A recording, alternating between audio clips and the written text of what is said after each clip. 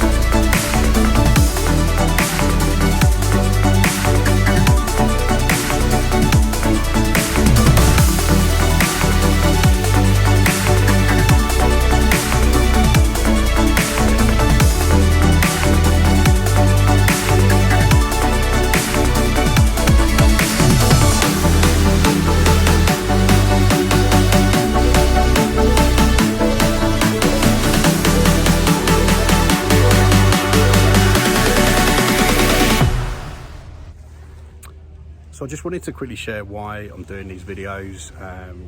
It's important to me to kind of give some sort of explanation, because this is probably not very much like me in the past.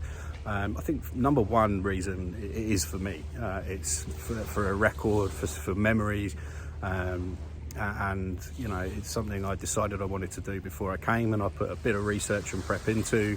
Yeah, it's something I've not been great at in the past. I don't take a lot of videos, I don't take a lot of pictures, and you know, certainly a few friends of mine have really encouraged me to get a bit better at that. Second reason, unashamedly, is for my family and a few friends in particular who have really encouraged me to do this and want to know what I'm up to. So I'm sure that's not a particularly wide group of people, but for those who do, this is, I guess, an easier way of doing it than constantly messaging everybody. And I guess thirdly, it's a little bit of a project for me as well, and a learning thing. I wanted to spend a bit of time on learning and self-development while I'm out here. And again, I don't have a lot of skills around recording video, anything to do with video editing, production, anything like that. So it will probably be a very slow process in learning, but it's one of the things I wanted to do a bit of self-development on. So hopefully those pictures and video will have provided some mild entertainment. I'll quickly going to talk you through where I've been so far, and hopefully provide a little bit of insight, or I guess mostly just talking rubbish. So started the trip for the first few weeks actually with Andy Marshall and his lovely family, and I joined them in Gibraltar. We have never been before. There's me thinking, here we go, finally getting out of England, and of course then landing in Gibraltar and quickly realising, had I not, should have worked out before, that it's basically England in Spain, which was an interesting experience. Spent a good few days there, not a huge amount to see, but yeah, saw some cool monkeys, saw a cave. The food is basically not great, and pretty bad version of English food, so that was a little disappointing, but no, it was a great fun start, and good to spend some time with Andy and the family as always. We then moved up the coast to Puerto Banús, where I'm sure a few of you have been before.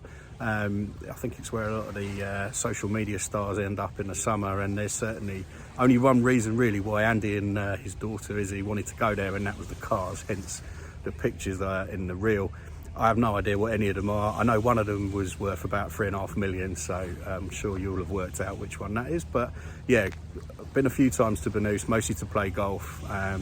Interesting in the winter. It still amazes me, the people that literally just drive around the port for no reason, but good few days, and yeah, always good to go over and get a bit more time up near Malaga, which is where I spent there's a few pictures from Malaga city centre. Wonderful city. If you get the chance to go for a weekend.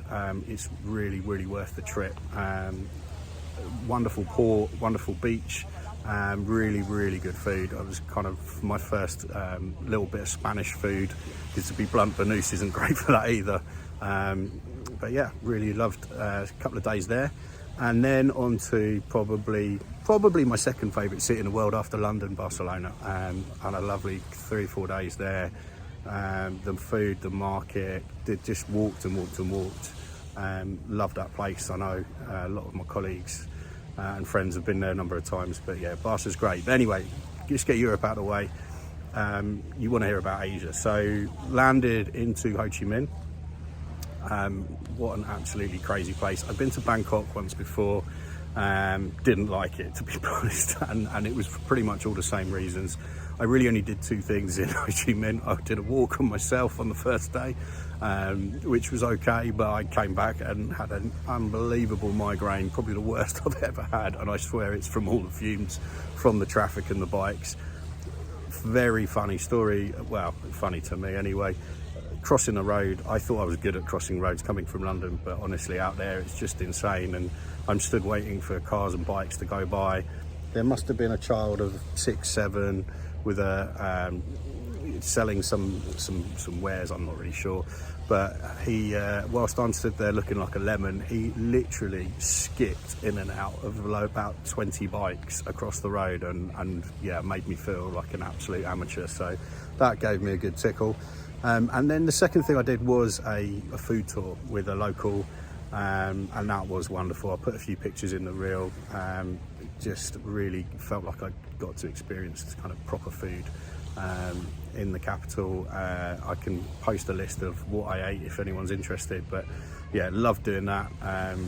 Lasted 2 or 3 hours, about 7 different places and about 10 different dishes, and was eating a lot more salad than my mum would ever have believed. I know many of you know me well, would probably know me as a salad dodger, but I embraced it and I tried everything, and it was actually wonderful, so I really enjoyed it. And then yeah, here I am now, Phuket. So I've probably been here about 7 days so far.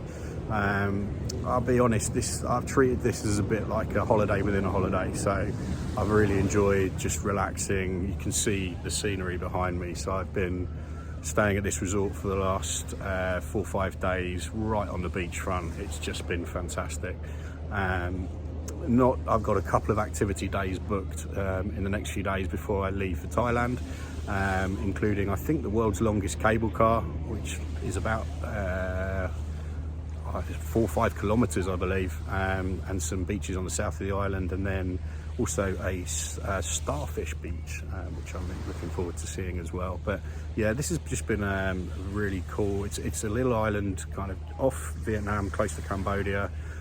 It feels very much like it's where a lot of the Vietnamese mainland, southern mainland folks sort of come on holiday. There's Western presence here, but there's a lot of Vietnamese people here as well. So it's got a nice authentic feel. The food's wonderful again, just loads and loads of seafood, which is great. And yeah, I've enjoyed it. It's been a lot of downtime, just chilling out before a bit more adventure kicks into the trip, hopefully in the next few weeks. Not hopefully, definitely will. The company has been interesting.